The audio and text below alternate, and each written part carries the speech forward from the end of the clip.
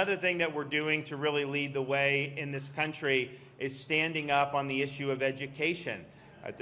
You look at what's going on in different states and even, we have challenges here, but the purpose of our school system is to educate kids, not to indoctrinate our kids. And that's why we fought ideology from being injected into the curriculum by doing things like banning critical race theory in our K through 12 schools. We're not going to teach kids to hate our country. We're not going to teach them to hate each other. We're not going to scapegoat some kid because 200 years ago someone that looked like him committed some type of evil offense. That is wrong. And they say you got to do some of this stuff to try to combat discrimination on the basis of race. No. If you want to stop discrimination on the basis of race, the best way to do that is to stop discriminating on the basis of race.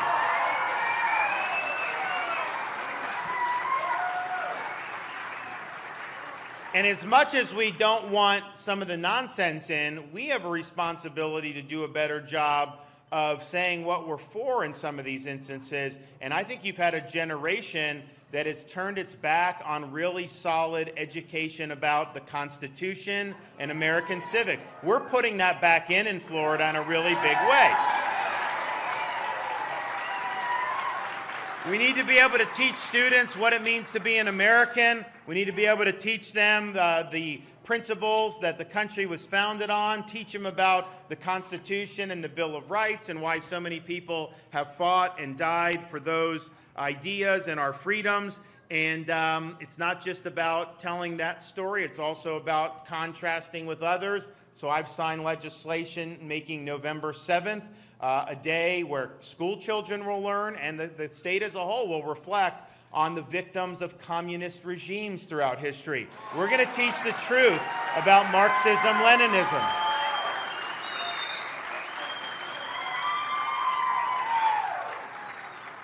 We also believe that, and my wife and I are sensitive to it just because we have a 5, 4, and 2-year-old at home, and you think about raising kids now.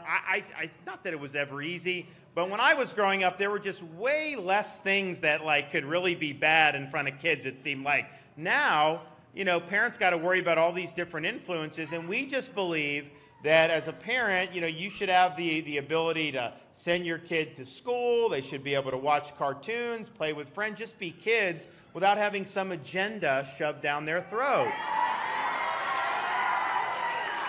And so we signed a bill called Parents' Rights in Education, which said, we are not going to be injecting things like gender ideology into our elementary schools. We're not going to be teaching some 6-year-old kid that they may have been born in the wrong body. That's not going to happen.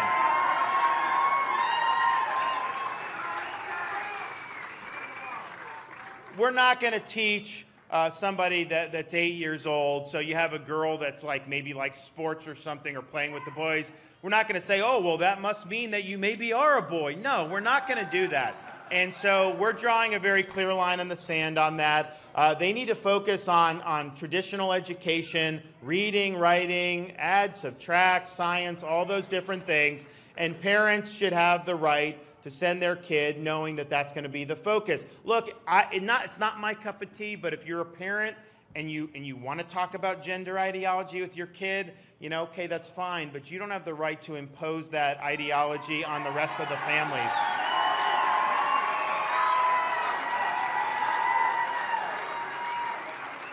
And it is happening in other places around this country. Do never let the media tell you it's not. It absolutely is. That's why parents are going and they're fighting back because of what you see. But, it shows you how quickly things can go. 5 years ago even, this idea of gender ideology, you would assume you get that at a seminar at Berkeley or something. You wouldn't think you'd get it in kindergarten in a public school, but nevertheless, it's rare. So we stood, but here's the thing. That's common sense, and people have shown the vast, vast majority of people agree with that, certainly parents, but it was controversial when we were doing it. The left blew a gasket. The media got all upset. and we even had big corporations get involved and challenge us in terms of what we were doing. And we had one that you may have heard of that's got a little bit of foothold in Central Florida, Walt Disney Company. And,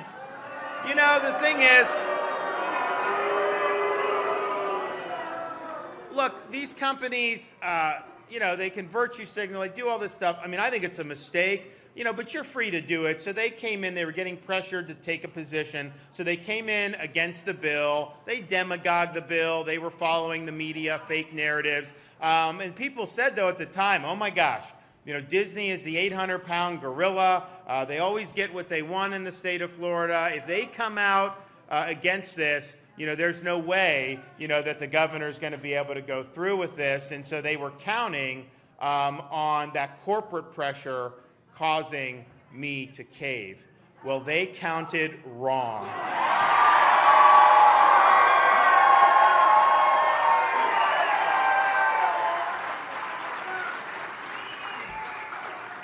We run this state based on the best interests of the people of the state of Florida. We do not subcontract out our leadership to woke corporations in California.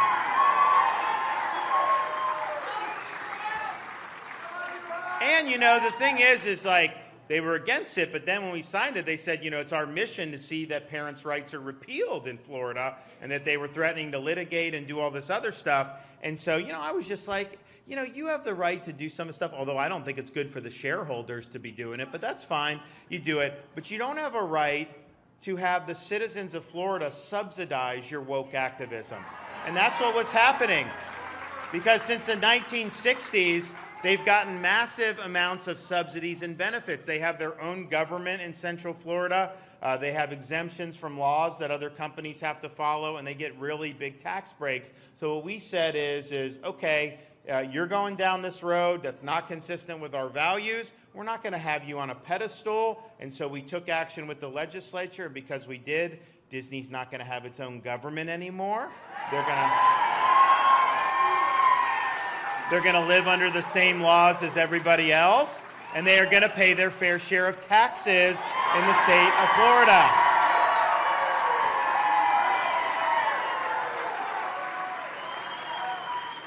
We just want to do what's right. I mean, at the end of the day, we are going to stand on principle, and we're not afraid of anybody, no matter how powerful they may be.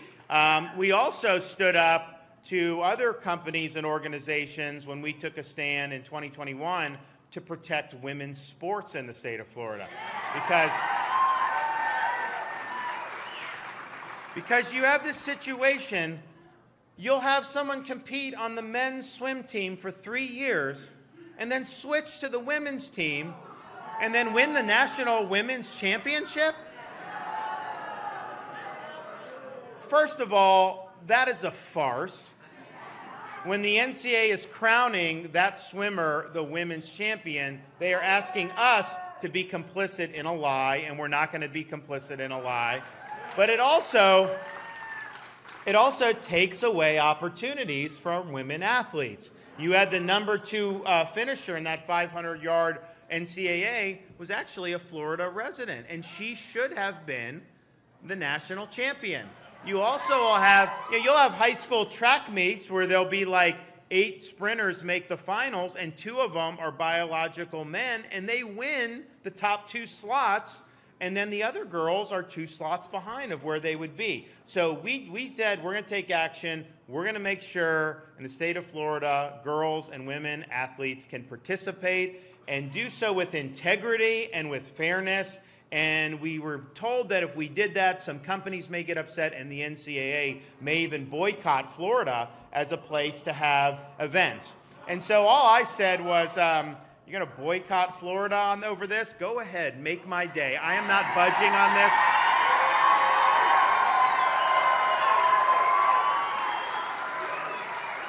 We're not budging. We're going to do what's right. And guess what? Because we stood up for what's right, have they boycotted Florida? Of course not. But it's it's indicative of something that I call the woke mind virus when you see some of these issues. And some of it with the athletics, I think, is fundamentally unfair. There's also movements that I think are even more shocking, such as they're taking minors and they're doing things like sex change operations on minors, okay? And what they're doing is they'll do puberty blockers, they'll do double mastectomies on young girls, they will actually castrate young boys.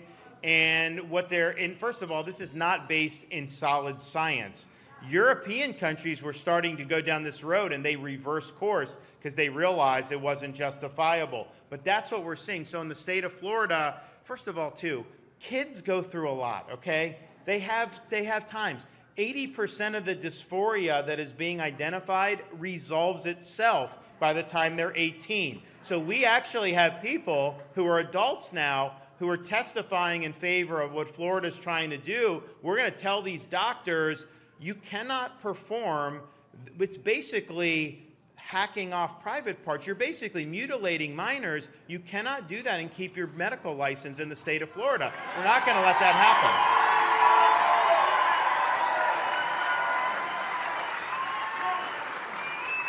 But so that's working through kind of our Board of Medicine. We're going to work with the legislature, do more next session. But we have adults who will testify in favor of the policy who got these operations when they were minors, and they now really, really regret it.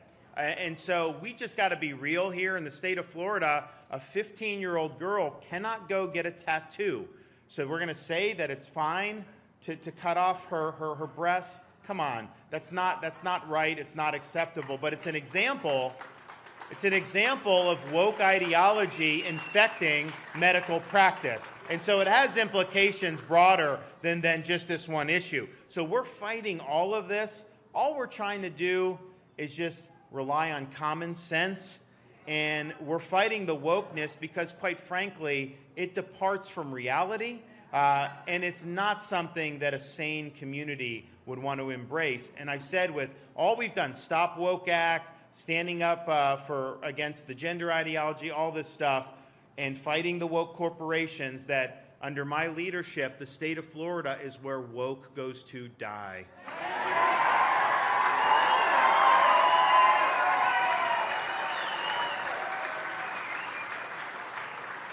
So what I think we have to fight over the next 2 weeks is a sense of complacency. I think that they're trying to act like, oh, don't even worry about the election, the governor's fine, all this other stuff. Don't fall into that trap. I mean, we have a mission that we have to accomplish here. I think sometimes, and maybe some of the new Floridians who kind of left some of these bad places, they may have an appreciation. Some of the people who've been here a while, they may take some of this for granted. If you had somebody making the opposite decisions of me, this state would look radically different and radically worse. That's just the reality. So just understand, your freedoms are much more fragile than I think any of us probably imagined even 4 or 5 years ago. Ronald Reagan used to say freedom is 1 generation away from extinction. It's not passed along in the bloodstream. And I've always liked that, but I've always also thought, I think our country's pretty free. I don't really see my freedom going away. And this is what I used to think. And yet we had situations in this country where governors were forcibly shuttering houses of worship while having liquor stores and strip clubs open. So we saw kids locked out of school for over a year. We saw people's entire livelihoods destroyed. So don't take it for granted. These are very difficult fights. The folks that want to oppose us really feel threatened by Florida's success. They would like nothing better than to derail us on our mission. And I think because we have really significant fights on our hands, when you're out there, it doesn't even matter. You could be a parent going to a school board meeting, you could be someone running for local office, or you could be the governor of the state. You don't get to stand up successfully for freedom unless you're willing to take some arrows and unless you're willing to sacrifice. That's just the reality. It's not always easy.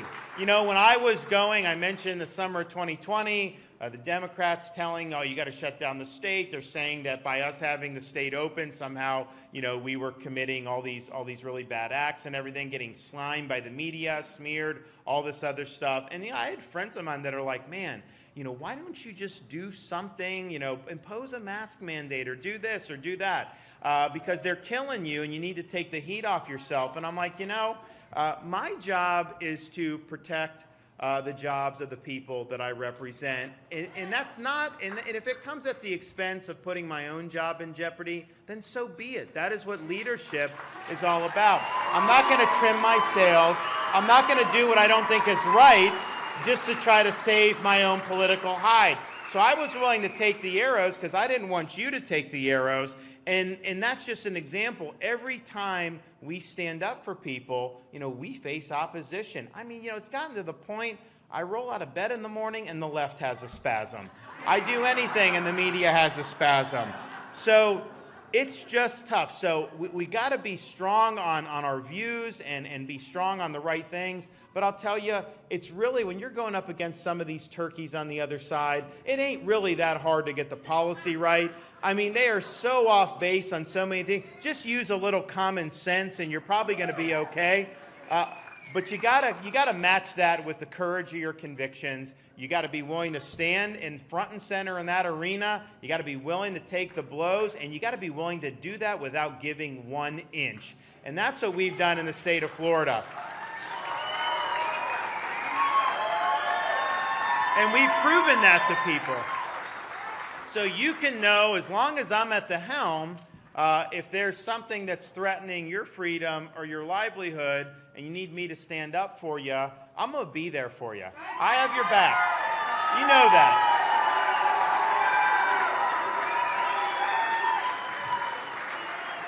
You don't got to worry about being a fair weather friend here. In fact, I haven't done a poll. You know, some of these politicians, it's like finger in the wind on any different decision. I haven't taken a poll since I've been governor. I mean, I just do what I think is right and be true to myself. So what we need to do, we need to have the sense of urgency. You guys have all said, did everyone raise their hand and say they've either voted or are going to vote? Is there anyone that didn't raise your hand and say, okay, because if you're coming to this rally, you got to vote. I mean, that's kind of the point. But I need you guys to go out and do that, but I need you to rustle up support in your communities. You know, any of your friends, your family members, your neighbors, coworkers, employees, make sure that they know, the governor needs your help. You got to come out and vote. And if you do that, I think we're going to really, really have a great night on November 8th. I think that it used to be that, you would do the results would come in and the panhandles open 1 hour more. And so Republicans would be losing, panhandle comes in, and then you can win, right?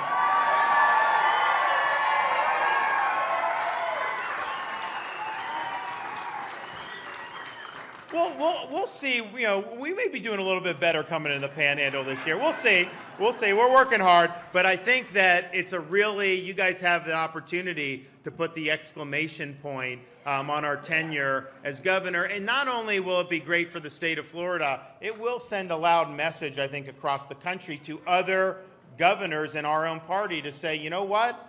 Our governor did it right. He fought. He stood up for what was right. He didn't take crap from the media. He told it like it was, and the people of the state responded. And that's what we're going to be able to do. So I need your help to do that. I need you to be out there. You want to keep the state free, right?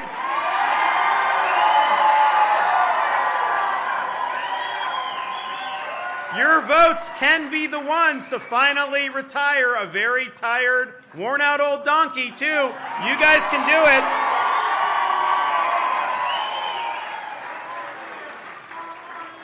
You can stand up for parents' rights by coming out and making your voice heard. You can stand up for open businesses. You can stand up for all